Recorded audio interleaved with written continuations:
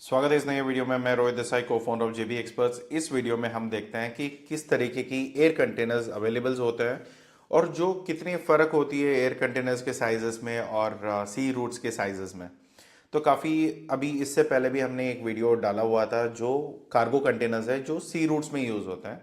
अभी हम लोग देख रहे हैं कि एयरलाइन में अगर आप हवाई जहाज से अगर मटेरियल्स भेजते हो या थ्रू फेडेक्स या डीएचएल या कोई और कंटेनर या कोई भी और सर्विस प्रोवाइडर से थ्रू आप भेजते हो, तो किस तरीके से आपकी मटेरियल्स जाएगी। ये वेबसाइट है एक मैन्युफैक्चरिंग कंपनी की जो कंटेनर्स बनाते हैं एयरलाइंस के लिए, और इनकी वैरायटीज़ है, काफ़ी पुरानी कंपनी है। तो इनकी वेबसाइट्स बहुत सही है आपको रेफरेंस लेने के लिए। यहाँ पे फेडेक्स के भी आप बॉक्सेस देख सकते हो, इनकी मैन्युफैक्चरिंग आप देख सकते हो। तो इस पूरी वीडियो में आपको एक कंप्लीट नॉलेज मिल जाएगा कि एयर कार्गो करता क्या है और कैसे होते हैं और किस तरीके के होते हैं। तो बेसिकली आप पहले यहाँ पे कंटेनर्स देख लीजिए। कंटेनर्स में कुल मिला के तीन चार तरीके होते हैं। एक होता है कि मेन डेक में जाने वाले, एक होता है लोअर डेक में जाने वाले, और दूसरा होता है एफआरसी जो फायर रेजिस्टेंट होती है।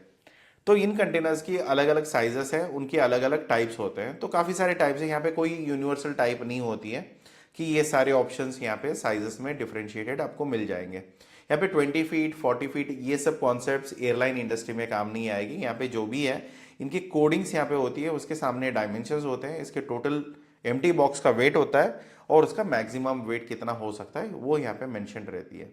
तो इतने हिसाब से ही अभी देखो हम जो बात कर रहे थे वो 28,000 मेट्रिक टन का था अगर हम सी रूट के कंटेनर में अगर हम प्लान कर रहे थे। मगर यहाँ पे आप देख सकते हो कि 13,300 एलबीएस ये मैक्सिमम लोड है एक कंटेनर का। तो इसमें साइजेस आप देख सकते हो कि सारा तो सेम ही है, मगर करीब करीब थोड़ी बहुत उसकी ड्यूटी कैसी रहेगी, उसकी वेट क्या रहेगा, ये सारी चीज़ें मैटर करेगा। और दूसरा, अगर आपके प्रोडक्ट्स कुछ ऐसी चीज़ हैं जो आग पकड़ सकता है तो फिर आपको एफआरसी वाली कंटेनर्स की ज़रूरत पड़ेगी, क्योंकि अगर एफआरसी कंटेनर्स आप नहीं लेते हो, अगर कुछ आग लग गई तो फिर वो पूरी प्लेन के लिए खतरा होगा और साथ में जो मटेरियल लगे हैं उसके लिए भी खतरा होगा। अगर वो पैसेंजर प्लेन में जा रहा है, कभी भी ये मत सोचना कि जो भी प्लेन्स जाएंगे इसके लिए अलग सी प्लेन होगी जो मटेरियल्स लेके जाएंगे। ये सारे प्रोडक्ट्स आपके जो पैसेंजर प्लेन होते हैं, अगर कोई प्लेन इंडिया से दुबई जा रहा है, वहाँ पे लोग भी उसी प्लेन में रहेंगे, मटेरियल भी उसी प्लेन में रहेगा और उनके लगेजेस जो है वो भी उसी प्लेन में ही रहेगी। तो काफ़ी सारे लोगों को क्या होता है कि कन्फ्यूजन, नहीं नहीं कार्गो प्लेन ना बहुत अलग से होते हैं। अलग तो होते ही हैं, वो बड़े पूरी प्लेन ही वो कार्गो के लिए बनाया होता है। मगर ज़्यादातर हमारे लिए जो काम में आते हैं वो कंटेनर्स नॉर्मली हर एक प्लेन में ये हमारे कंटेनर्स जाते हैं। तो इसके रेफरिंग फोटोज भी मैं बाद में बताऊंगा, मगर अभी मेनली आप यहाँ पे देख सकते हो ऊपर की जगह। अगर आपने प्लेन की बनावट देखी है तो ये ऊपर वाले डेक में जाएंगे। अगर नीचे वाले डेक है, मतलब नीचे की तरफ से, अगर डेक ऊपर का डेक होता है नीचे का डेक होता है, जहाँ पे हम लोग नॉर्मली बैठता है ना, जहाँ पे वो खिड़कियाँ वगैरह होती है, वो ऊपर की डेक होती है। उसके नीचे और एक जगह होती है, ये लोअर डेक में ये वाले कंटेनर्स जाते हैं। ऊपर वाले डेक, फिर ये ऊपर वाली डेक किस काम में आएगी, ये नॉर्मली उनके लिए आते हैं जहाँ पे जिस प्लेन में ऊपर भी जगह है। मगर पूरा प्लेन ही कार्गो के लिए है, ऊपर के डेक में भी यही भरेंगे और नीचे के डेक में भी यही भरेंगे। तो ये कंटेनर्स उसकी स्पेसिंग के हिसाब से रहती है कि ऊपर का डेक नीचे ना जाए, नीचे का डेक ऊपर ना जाए। इसका एक मेन इंटेंशन ये भी है क्योंकि इसका पूरा साइज ऑप्टिमाइजेशन हो जाए। अगर यहाँ पे आप क्लिक करते हो, आपको कंटेनर की बनावट देखते हो, इसकी बनावट अगर आप देखोगे ना, ये पूरी प्लेन जो है उसकी शेप का रहता है। ये ऊपर की तरफ का शेप है जो आधे में वो फिट हो जाएगा, और इसका कर्व और आपका प्लेन का कर्व सेम ही होता है, राइट। तो यहाँ पे थोड़ी बहुत गैपिंग या रहेगी, डायमेंशंस, एलबीएस, पूरी उसकी क्या चीज़ें हैं, उसकी क्या वेराइटीज़ है, मटेरियल क्या बनी हुई है, ये सारी चीज़ें अगर आपको नॉलेज के लिए चाहिए आप देख सकते हो। वरना ऐसा कोई स्पेसिफिक नीड नहीं है कि इसकी, हाँ इसको इतना डिटेल जानना है। एंड ऑफ द डे जाके हम लोग प्लेन में तो कंटेनर नहीं लोड करने वाले। जो भी प्लेन होगा हम लोग फ्राइट फॉरवर्डर को मटेरियल, वो जहाँ बोलेगा वहाँ पे हम मटेरियल भेज देंगे, फिर वो कंटेनर में लोड करके कंटेनर लोड करवा देते हैं। तो इसमें ना हमें एयरपोर्ट में एंट्री मिलेगी, ना हमें कोई और एंट्री मिलेगी। जो भी है आपके फ्राइट फॉरवर्डर ठीक ठाक मिल गए तो सारी चीज़ें यहाँ पे मैनेज हो जाएगी, राइट। तो लोअर डेक में रहेगा जो नीचे वाले तरफ में कंटेनर्स लगेगी, राइट।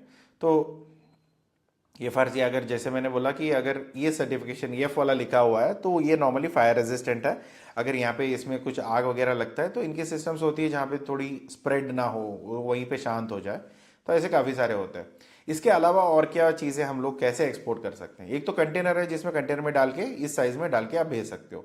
नहीं, हमें कंटेनर थोड़ी महंगा पड़ेगा, इतना प्रोडक्शन की ज़रूरत नहीं है, हम लोग ना पैलेट पे रख के भेज देंगे। पैलेट का मतलब ये होता है, एक फ्लैट बेड होती है जिसपे मटेरियल रखो, उसको रैप करो और उसको एक नेट डाल के उसको भेज दो। ये ऐसे ही आपके प्लेन में लग जाएगा। इसमें और कोई कंटेनर में डालने की ज़रूरत नहीं है, इसको ऐसे ही आप भेज दो, इसको ऐसे ही वो लोग लोड करके उसको आगे भेज देंगे। ये पूरी इसकी मेजरमेंट्स या साइजेस होते हैं और इसके ऊपर कितना लोड हो सकता है, कितना डाल सकते हो, इसका क्या डायमेंशंस हो सकती है। क्योंकि ऐसा तो नहीं है कि पूरा पहाड़ बना दोगे कि मटेरियल, हाँ यहाँ पे वो फ्लैट बेड है पड़ा चढ़ाते रहो, ऐसा नहीं होता है। कि उसका एक लिमिट होती है, उसी लिमिट के अंदर उतना ही सीबीएम में आपको भी यहाँ पे लोड करनी होगी। सीबीएम का मतलब वही है कि डायमेंशन उसका देख लो कि लेंथ ब्रेथ हाइट देख के उसी के अंदर सारे मटेरियल आना चाहिए।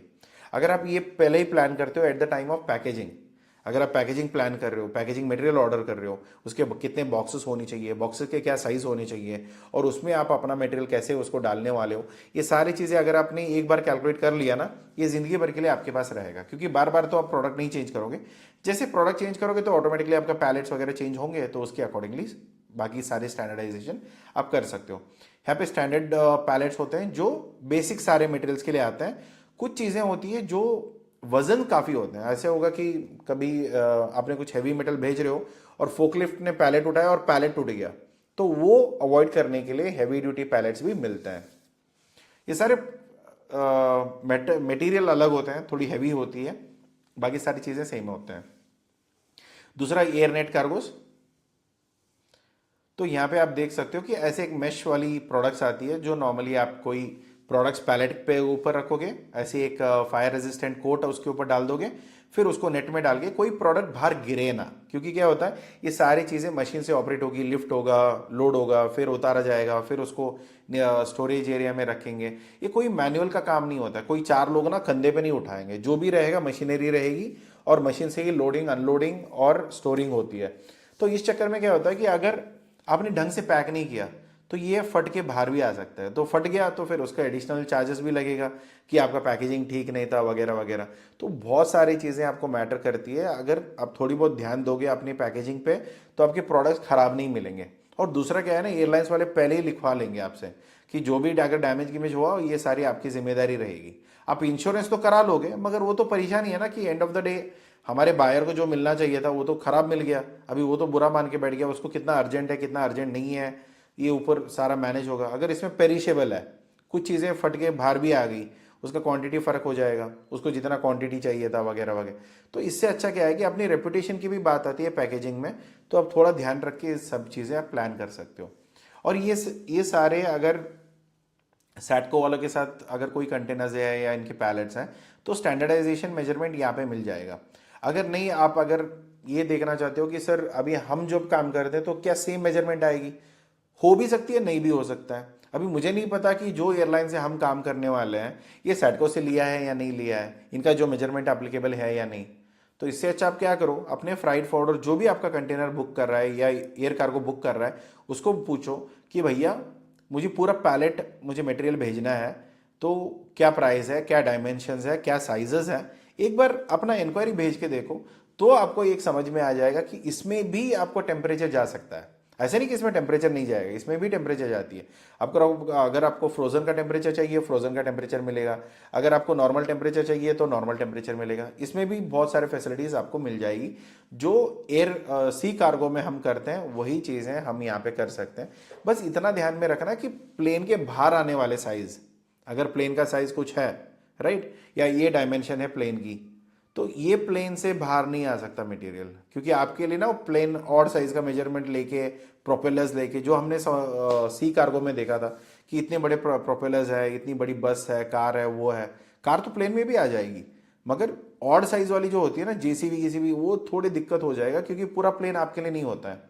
और वो अगर वो कंटेनर में आ गया तो बहुत अच्छी बात है, वरना आपको कोई बड़ी प्लेन देखनी पड़ेगी। और बहुत बड़ा कार्गोज होते हैं जो ऑलमोस्ट बड़े बड़े कार्गो कंपनीज के पास बड़े प्लेन्स होते हैं, तो अगर वो चाहिए तो फिर उसके लिए आपको अलग सा देखना पड़ेगा। ये सारे आपके फ्राइट फॉरवर्डर से एक फ़ोन से हो जाएगा, तो नथिंग टू वरी अबाउट।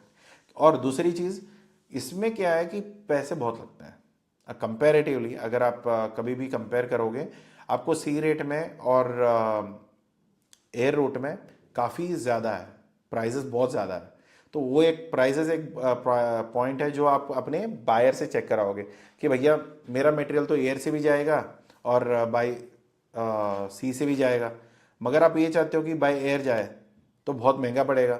अगर बायर देने के लिए तैयार है, क्योंकि एंड ऑफ द डे ना सारे लॉजिस्टिक्स के खर्चे जो है या प्रोडक्ट के खर्चे, लॉजिस्टिक खर्चे, ये सारा बायर ही देने वाला है। तो एंड ऑफ द डे अगर बायर को कोई दिक्कत नहीं है तो आप एयर से प्लान करो। फिर बायर थोड़ा वो नहीं, इतना अर्जेंट नहीं है, आप आराम से मुझे सी रूट से भेज दो तो सी रूट से भेज देना। ये आपका कोई इसमें क्या है ना, सी से भेजो या end of the day air से भेजो, आपसे कोई मतलब नहीं है। आपका तो अगर पेमेंट पहले ही आ चुका है तो टर्न अराउंड टाइम उतना फर्क नहीं पड़ेगा आपको, राइट। तो बेसिक चीज़ें ये है कि साइजेस पहले आपने आप फ्राइट फॉरवर्डर से बात कर लो, फिर हो जाएगी। अगर फ्राइट फॉरवर्डर सर मुझे कोई जान पहचान नहीं है, हमसे बात करिए, कोई प्रॉब्लम नहीं है, हम लोग आपको ये लिए लॉजिस्टिक्स अरेंज करके दे देंगे। ये नॉर्मली वही प्लेन्स होती है जो आप नॉर्मली यहाँ पे क्या होता है ना, इस जगह से आप लोग चढ़ते हो जो पायलट के लिए होता है, यहाँ पे नीचे है, पीछे आपके लिए होती है, जो आप नॉर्मली चढ़ने के लिए उतरने के लिए आपके लिए ये लगा हुआ रहता है ना। और नीचे यहाँ पे देख सकते हो ये कार्गो है, ये पूरा ना ये कार्गो साइज है, ये लोड हो रहा है नीचे, राइट। तो ऐसे काफ़ी सारे कंटेनर्स आपको यहाँ पे दिखते हैं होंगे जिसमें लगेजेस भी जाते हैं या मटेरियल्स भी जाते हैं, तो बहुत सारी चीज़ें हैं यहाँ पे आप देख सकते हो। ये काफ़ी कम है, अभी भी लोडिंग यहाँ पे चालू है। ये पूरा कमर्शियल कार्गो है, यहाँ पे लोग नहीं बैठेंगे। ये पूरी प्लेन जो है ना, ये इसको ऊपर अपर डक बोलेंगे या नीचे लोअर डक। तो इसके जो साइज़ है, जो ये साइज़ है ना, ये देखते होंगे आप, शेप जो दिख रहा है, इसमें ऊपर या नीचे आपका मटेरियल लोड होगा। नॉर्मली अगर कंटेनर है तो ऊपर का कंटेनर पहले रखेंगे, फिर नीचे उसके कंटेनर्स रख जाते हैं। तो ये सारी चीज़ें नॉर्मली पूरी कमर्शियल प्लेन में काम आएगी। थोड़ी टेक्निकल इशू है कैमरा में, ठीक है। तो ये मेन चीज़ें आपको समझना है कि हाँ, काफ़ी कमर्शियल प्लेन भी होते हैं और पैसेंजर्स प्लेन भी होते हैं, दोनों में भी कार्गो मटेरियल जाएगा। यहाँ पे आप देख सकते हो कि आपके कंटेनर कौन से हैं। यहाँ पे कंटेनर्स हैं, इसमें बहुत कुछ चीज़ें ऑलरेडी यहाँ पे नीचे लोड हो चुकी है, मगर इसमें क्या होता है ना कि हर एक प्लेन की अपनी साइज़ होती है। तो अपने साइजेस के हिसाब से ये लोग क्या करते हैं कि इसकी एंट्री कितनी है, माउथ कितना बड़ा है। प्लेन अलग अलग ब्रांड के आते हैं, तो अलग अलग ब्रांड है तो अलग अलग उसके साइजेस होते हैं। फिर कितनी सीटर्स है, कितनी बड़ी प्लेन है या कितनी छोटी प्लेन है, उसके ऊपर भी कंटेनर की साइजेस चेंज होती है। अभी देखो एक प्रो टिप है यहाँ पे है कि आप अगर डेस्टिनेशन पे भेजते हो, कोई भी डेस्टिनेशन आप पिक करो, अगर आप एयर से भेजोगे उसकी ऑप्टिमाइजेशन 99% है। मतलब आप मान के चलो कि आपकी डिलीवरी तो हो जाएगी उस कंट्री में, क्योंकि क्या है, अगर एयर से भेजोगे तो प्राइजेस तो आपको लगेगा, मगर एयरपोर्ट्स बहुत ज़्यादा है कंपेरेटिवली सी पोर्ट्स। समुंदर तो चाहिए सी पोर्ट के लिए, मगर एयरपोर्ट के लिए अगर वहाँ पे अच्छी खासी एयरपोर्ट है तो फिर आपके प्लेन से आपकी मटेरियल सारी डिलीवर हो सकती है। इसमें ये होगा कि अगर बहुत ज़्यादा रूटिंग है, रेगुलरली प्लेन जाने वाले हैं, मैं ये नहीं बोलता कि कार्गो प्लेन है, कोई भी प्लेन जा रहा है उसमें आपके मटेरियल्स लोड होके जा सकते हैं। जितना ज़्यादा रूटिंग है, जितना ज़्यादा प्लेन जा रहे हैं, उतना ही सस्ता आपको लॉजिस्टिक पड़ेगा। अगर आप मान के चलो कि ऐसे कोई कंट्री पे आप भेज रहे हो जहाँ पे प्लेन एक दो ही जा रहे हैं, राइट, तो उसका फेयर बहुत ज़्यादा रहेगा और उसमें कार्गो के लिए भी आपको वेटिंग लग सकती है।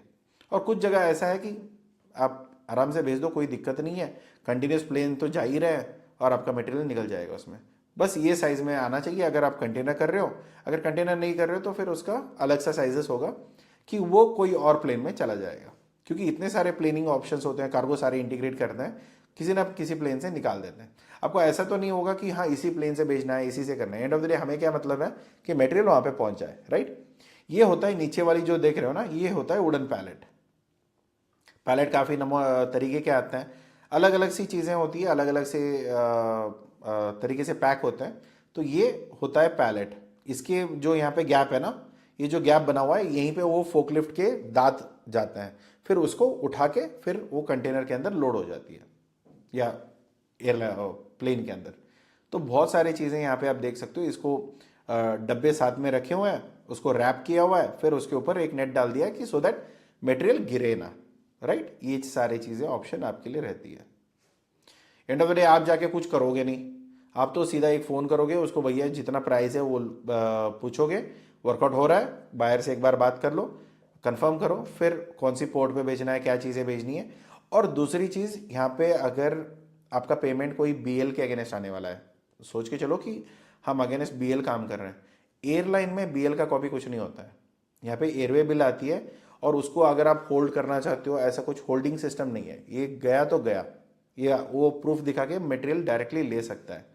तो वो यहाँ पे आपको देखना पड़ेगा। अगर आप पेमेंट में भी अगर रोक के कोई पेमेंट बैलेंस है तो पहले ही एयर कार्गो हैंड ओवर करने से पहले ही आप उसको लेके चलो, वरना आपका कंटेनर मतलब मटेरियल तो चला जाएगा, वो ले भी लेगा, फिर आप फंसे रहोगे, आपके पैसे नहीं आ सकते। यहाँ पे आप देख सकते हो कि इसकी यहाँ पे प्लास्टिक पैलेट्स है, अगर यहाँ पे भी फोकलिफ्ट की एंट्री रहेगी, ये भी मशीनरी ऑपरेट हो जाते हैं। एक ध्यान में रखना कि ऐसे पैकेजिंग ना हो जिसके कोने मुड़े हुए हो, दब गए हो, आपका मटेरियल खराब हो सकता है, मटेरियल निकल के बाहर आ सकता है, जैसा यहाँ पे पैकेजिंग में हो रहा है। तो ये चीज़ें थोड़ा आप ध्यान रखो तो आपके लिए काम में आ जाएगा, राइट। तो मिलते हैं अगले वीडियो में। Thank you so much for watching this. अगर अभी तक आपने सब्सक्राइब नहीं किया तो प्लीज़ सब्सक्राइब कर लीजिए। अगर आपको वीडियो पसंद आया तो लाइक करिए। मिलते हैं अगली वीडियो में। Thank you so much, take care, bye bye.